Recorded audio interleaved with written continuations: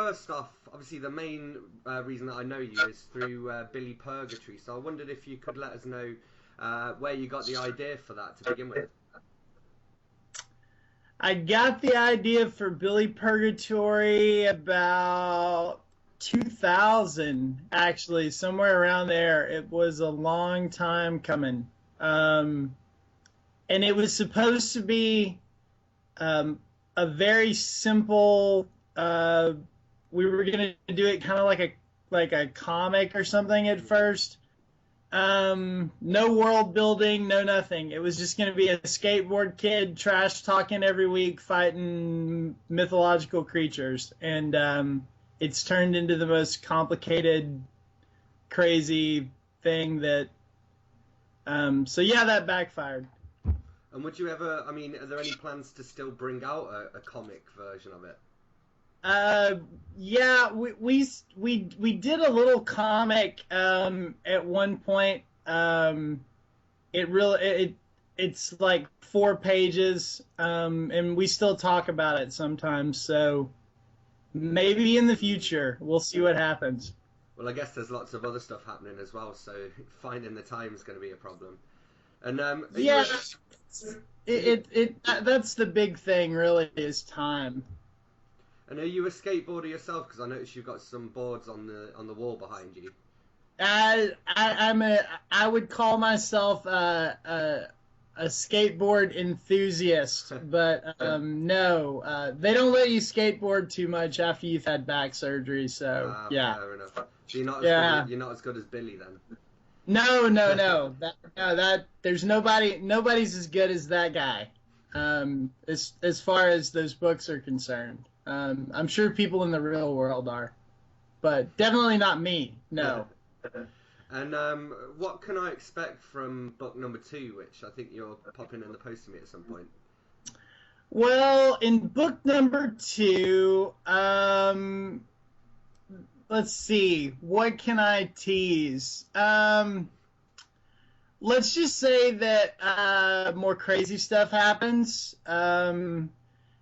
Billy ends up in Africa, and the time zombies involved, and older Billy and Anastasia cross paths again and go on a road trip that leads to very strange things. Great, well that's something to look forward to then. And what are you working on writing at the moment? What's your current project? I actually have Billy 3 open on another screen right now. I've been working on it all morning. That one's been a long time coming. It just keeps getting bigger and bigger and crazier, and yeah. But I've almost got it. It's almost ready. Anybody out there who's reading Billy Purgatory books, I promise it's coming soon. This year, hopefully, then. Oh, most definitely this year, yes. And can you tell us a bit about book trope? So obviously, I guess a bit about how they work and what makes them different, but also what your role there involves. Well, book trope is we call ourselves a hybrid publisher. We're kind of in the middle between traditional publishing and indie publishing. The way it works is we've built a community, and authors submit their work to us just like they would any publisher, and it goes through review just like it would any publisher. And for authors that get accepted, they come into our community, and we already have editors, cover designers, proofreaders, marketing people, all of that stuff already as part of our community, and you interact and network with those people, and you build a team. It's team publishing is what we call it.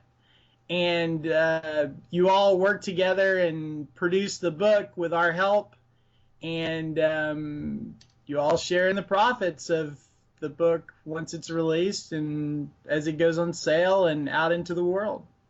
Great. And what are some of the books and the authors that you're working with at the moment? You know, what new publications have you guys got coming soon? Well, we're actually open for submissions now for the first time in a long time, in over a year. So as our company grows, we're taking on a lot of new authors now. Um, if you're interested in Book Trope, you can read all about us, and there's a submission link on booktrope.com, just like it sounds. Um, and we're working with a lot of exciting authors right now. We're working with uh, too many to list. And you Rachel don't want to leave anyone Thompson. out as well. Yeah, Rachel Thompson, Allie Burke, Tess Thompson, Marnie Mann. I mean, yeah, I don't want to I don't want to leave anybody out because they're all awesome, and there's so many people that are embracing our model and like what we're doing and coming into the system that we could literally spend 20 minutes me listing off all of the awesome authors and awesome books that are coming out. So. Well, I was going to ask you as well who your favourite independent authors are at the moment, but I suppose it's the same answer, really, isn't it?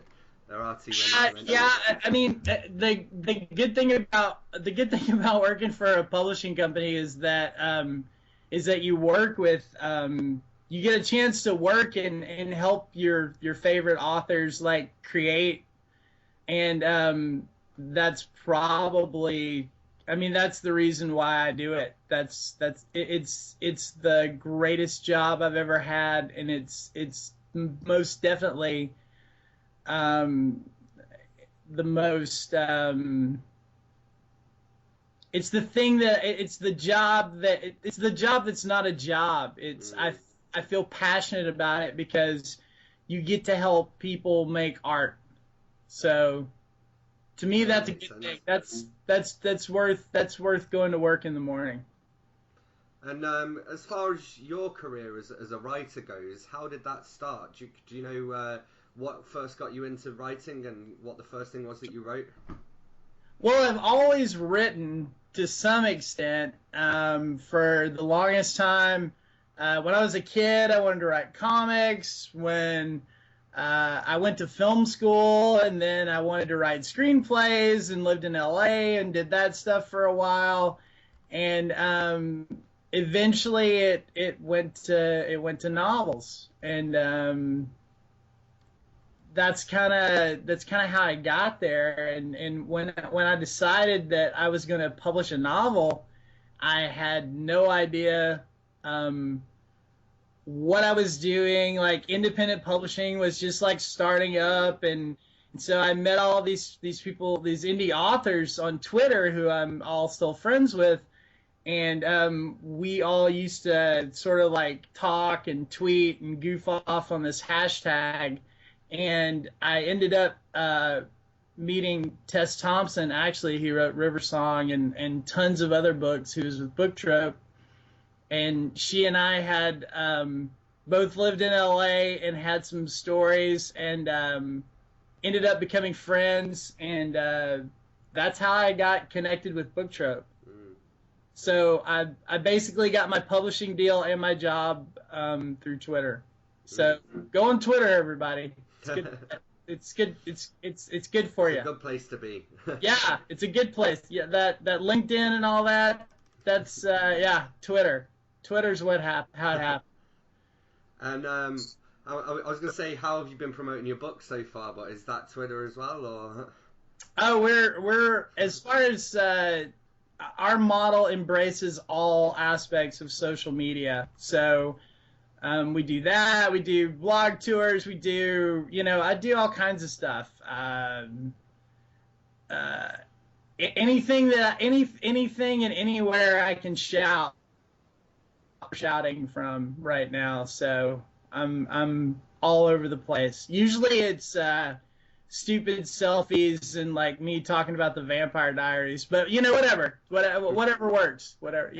Whatever get the words out. Yeah, whatever gets the word out. And I mean, you mentioned bloggers, and obviously I'm a blogger as well. How important do you think bloggers are for up and coming authors at the moment? I think that I think you guys are.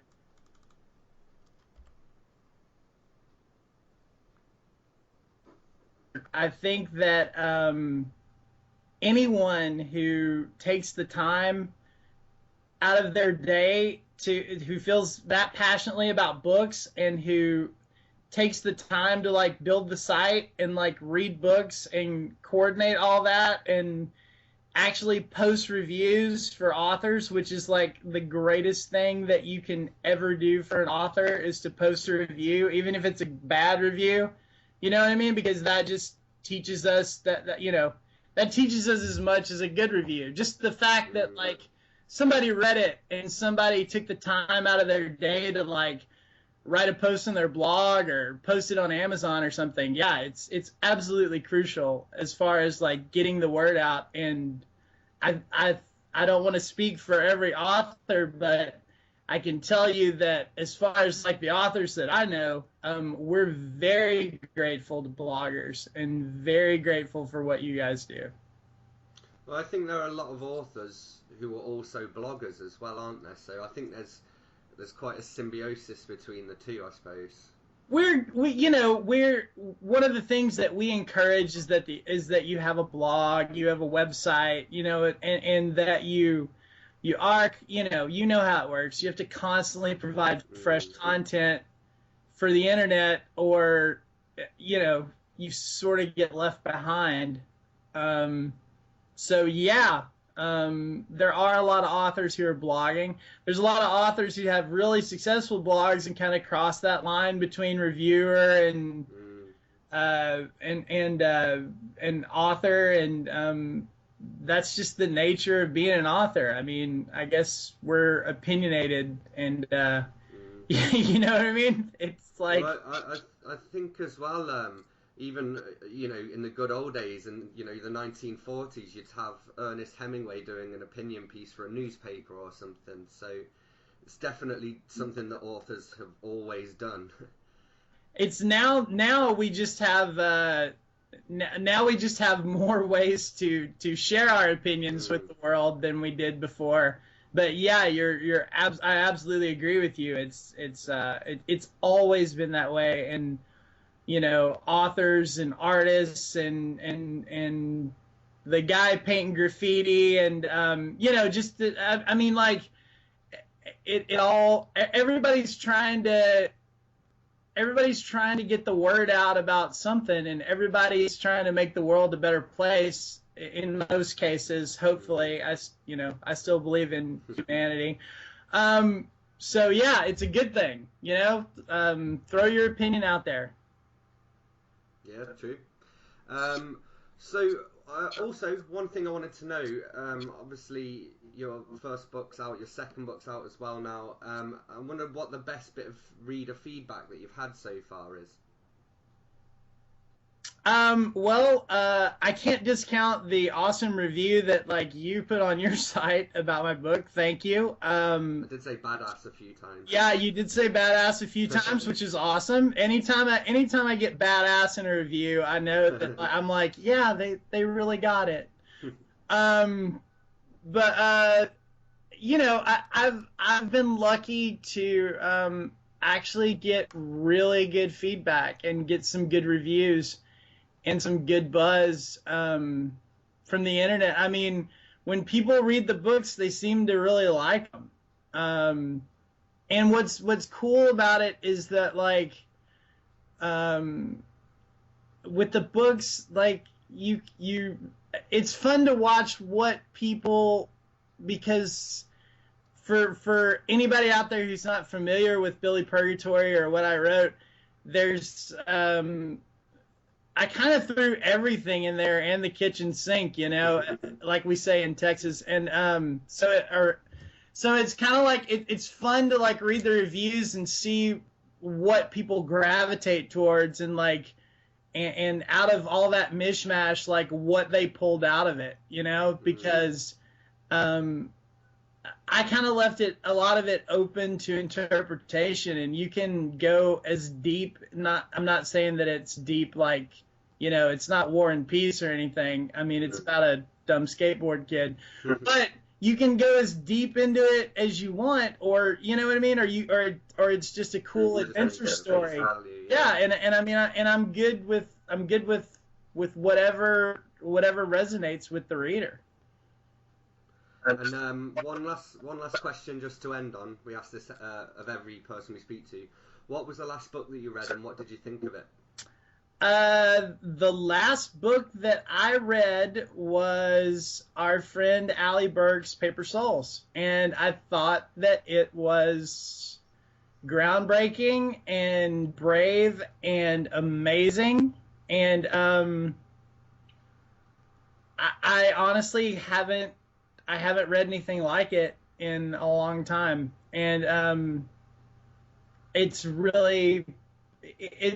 that's another book that's really resonating with people, and people are having like they're really finding that the uniqueness of it, and they're embracing it, and that just how raw the story is and how real. I mean, you've read the book. She doesn't really dance around anything. So, but yeah, that's the last book that I read just to read. So, I read stuff all the time, because I work for a publishing company. But the last book that I just sat down and read, because I'm like, okay, I really want to read this book. It was Paper Souls. Cool. It's funny that you say that, because I ask this question of everyone I speak to, and this is the first time someone has replied with a book that I've also read. So everyone's always saying a book, and then I have to go and buy it and read it. So well, I can send you a list of all kinds of books if you want me to. Yeah, definitely. Actually, yeah, a lot of what I read is like. Is boring, like research stuff, and stuff like I'm like okay, I need to know what witches do to call up demons, and stuff like that. So it's not necessarily reading for pleasure, but yeah, but it's reading for information. If we're talking non-research, yeah, that's novels. Yeah, that's the last one I read.